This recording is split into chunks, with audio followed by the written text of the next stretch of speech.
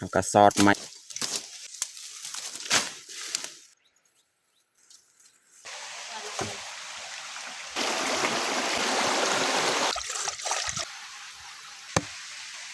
ไข่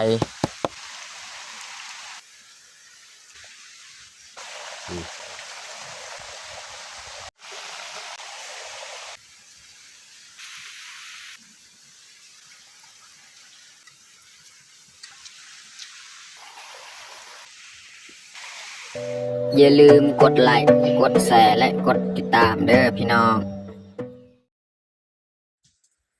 กล่าวทักทายสบายดีเบิร์ดสู่ครูสู่คนเนาะยินดีต้อนรับเขาสู่สองบ่าวยึงแล้วก็มื้อนี้ก็พาเมียเข้ามาทางให้อันนี้ก็ลายมือและเฮาพักเฮาก็บ่ได้เข้ามาทางให้ของเฮานี่5 มื้อแหละเฮาบ่ได้เข้าให้ก็เลยมื้อนี้อีกสิพาเมียเข้ามาทางให้คือเก่าส่วนเมียนี่แม่นลงทางทั้งลุ่มนั่นแหละตอนนี้ก็เวลา8 โมงเช้าเนาะเราก็ถือข้าวน้ำคือเก่ามากินข้าวกินน้ำอยู่ให้คือเก่าเนาะเพราะว่าให้ของเฮานี่ยังบ่ทันแล้วเราก็ต้องได้เข้ามาทางต่ออีกจนกว่ามันสิแล้วเนาะโอเคไม่แต่ทุกคนติดตามเบิ่งติดตามชมกับพวกเฮาได้ยาวๆเลย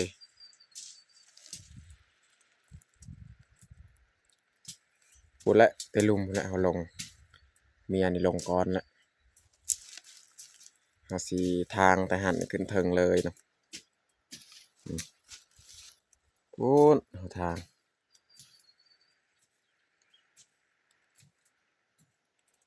แต่ว่าเบิ่งลุ่มนี่ก็ยังลายนี่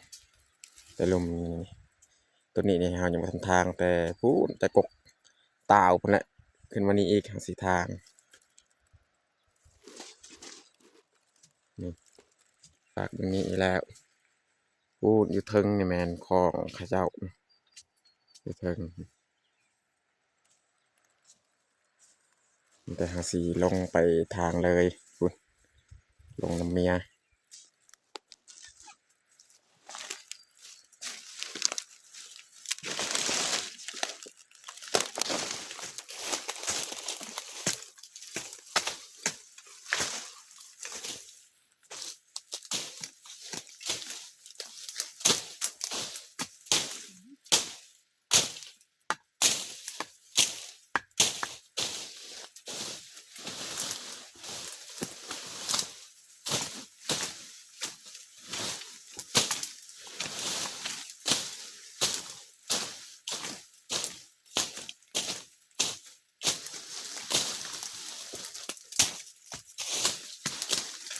มื้อนี้นี่ทางยะบ่อน6มีรอนี่ลองเบิ่งหมดอันดอก Nó đặt một tờ này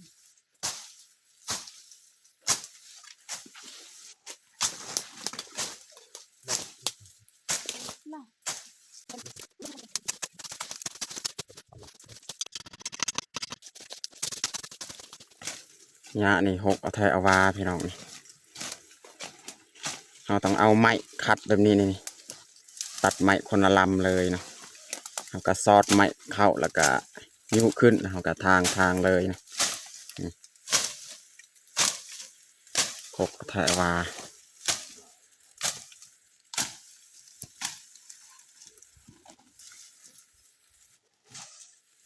นี่เอาซอดไม้แล้วก็ทางแต่ว่าเฮ็ดแบบนี้บ่ได้กับแนวอื่นก็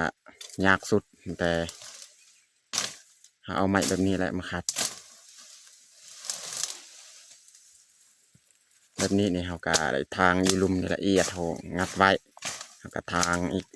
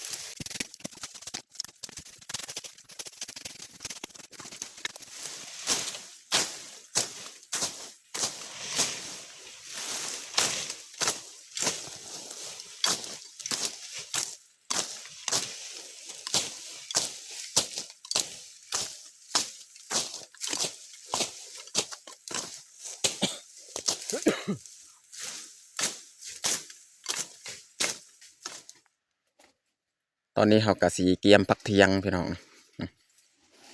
พี่น้องเบิ่งน้อยๆทางแต่ว่าใส่เวลาดนมันหกลายนี่ฮอดนี่เอาทางพูดเนี่ยติถึงตัวนี้เนี่ยเอาทางแล้วแต่เขาสี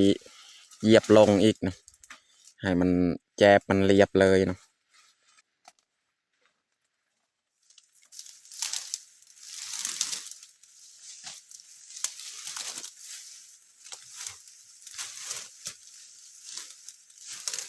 นี่เขาเหยียบลงเลยมันแจบ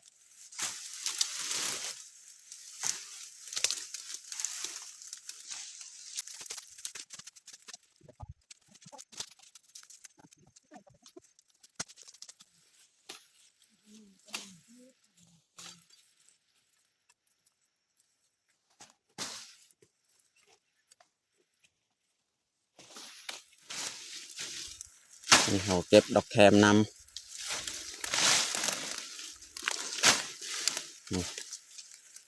พอได้เอามาคายเล็กน้อยนี่เอาเหยียบลงเลย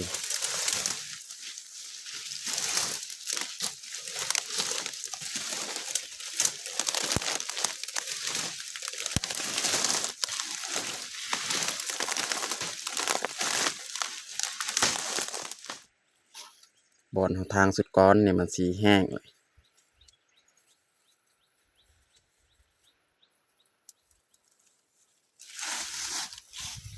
นี่หาสีกับเนาะกับทะคอนสักเทียง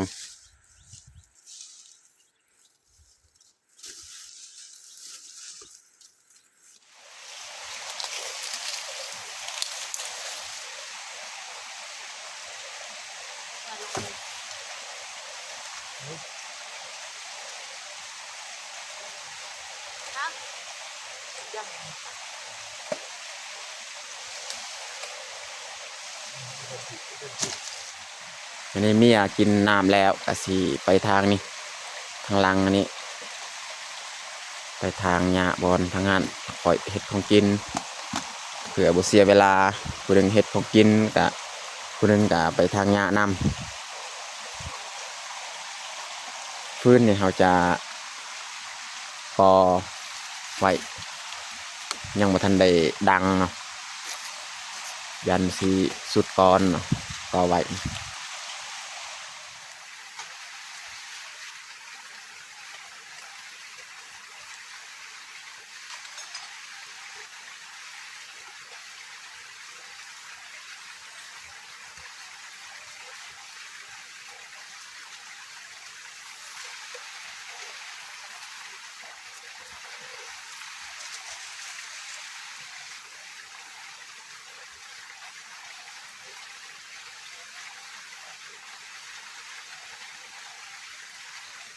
วันนี้เขาสีเริ่ม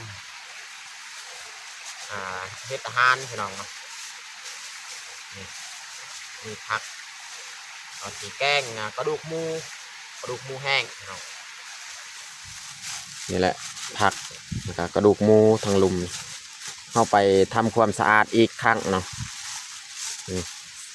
กระดูกหมูตากแห้งกระดูกหมูที่เราตากแห้งกระดูก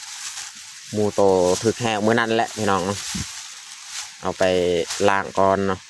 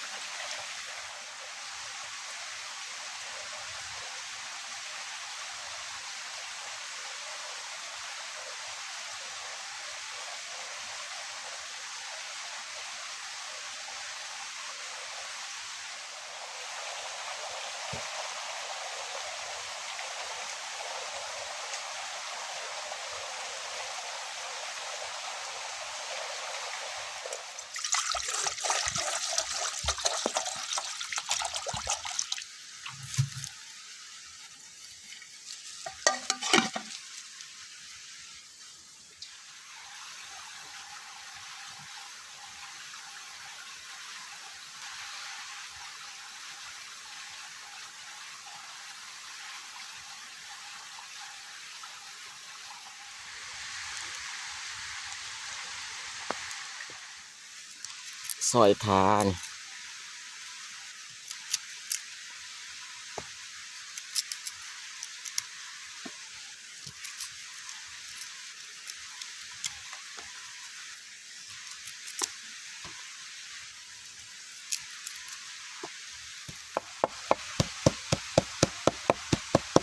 ทุบหัวสิไข่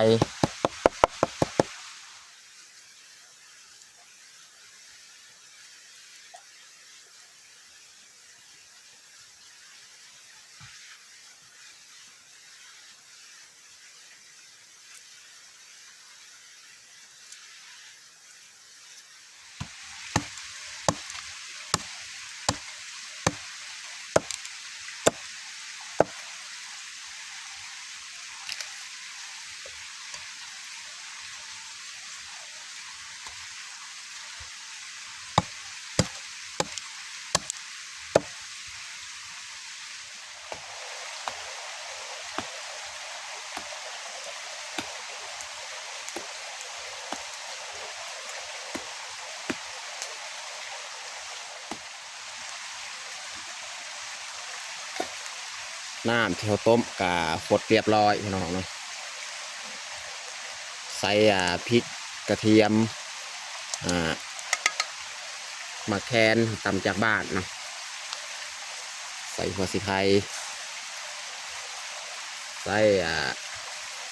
ข่าหอมแดงนี่ใบขี้หูด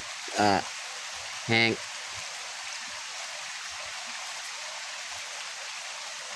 แล้วก็ใส่ผงนัวนี่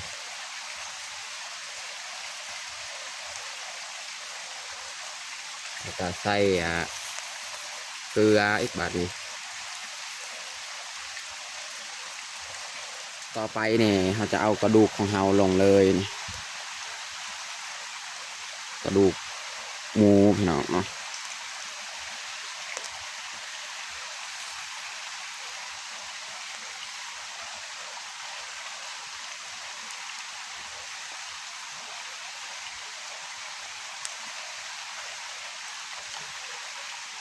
เรียบร้อยพี่น้อง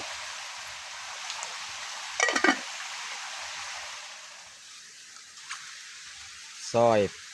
ผักไว้บาทนี้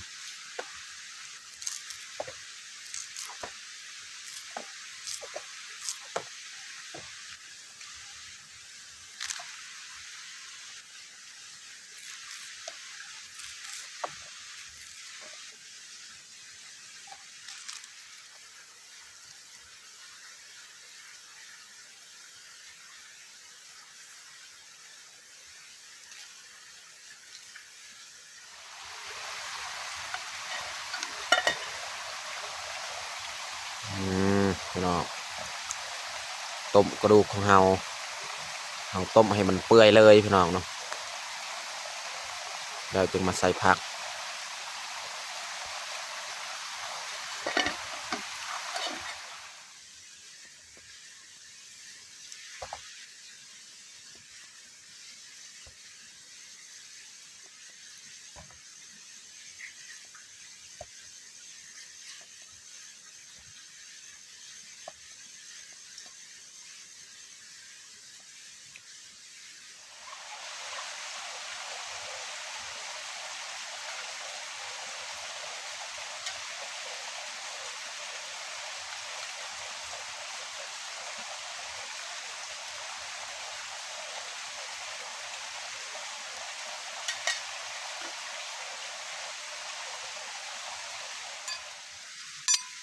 ปรุงแจวพี่น้อง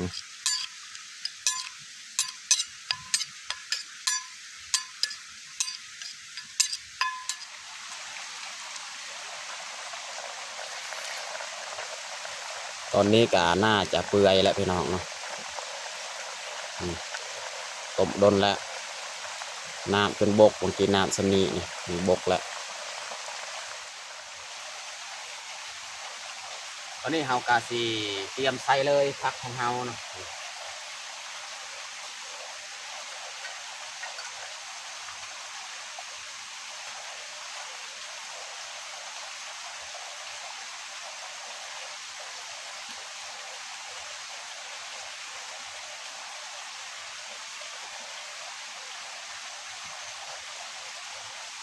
เอาใส่ส่วนกลางอีกตอนเนาะ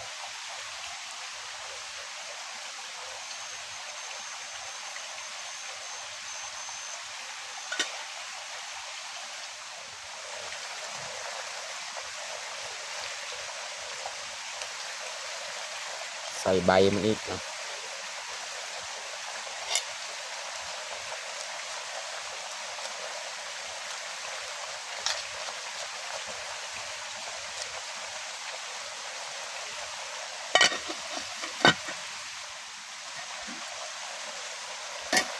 นี่พี่น้องตอนนี้ผักของเฮากะสุกเรียบร้อยพี่น้องเนาะสุดท้ายนี่เราจะใส่มักเล่นพี่น้องเนาะใส่มักเล่นกับหอมแมนหอมผักอีตู้นะพี่น้องเนาะ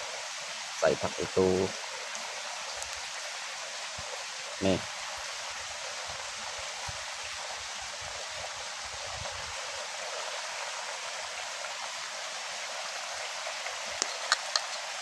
หม้อนี่มันติ้งพี่น้องคนยากยาแหละแบบนี้แหละพี่น้อง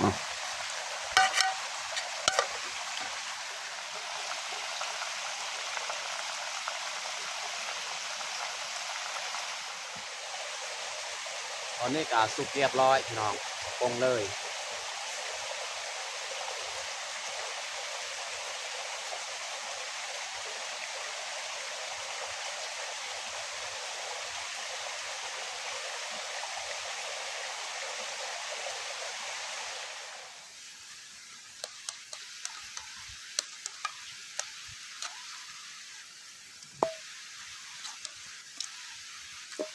น้ำจนบกเลยพี่น้องบริเติมน้ำพี่น้องก็พอดีพี่น้องสำนีสดน้ำใส่น้ำอีกบาทนี้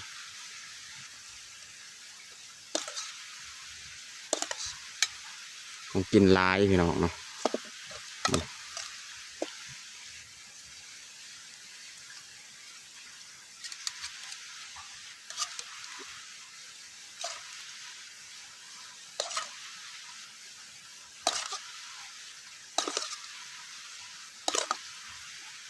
โอเคแล้วสำนีพี่น้องเนาะ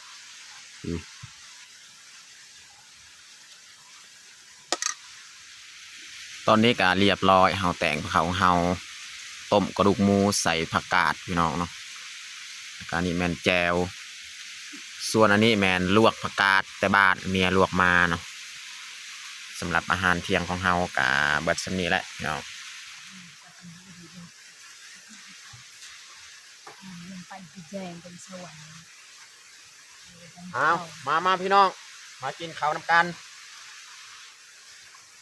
นี่อากาศมาแต่ไปทางหญ้านี่แหละอยู่เทิงเฮาเห็ดกิน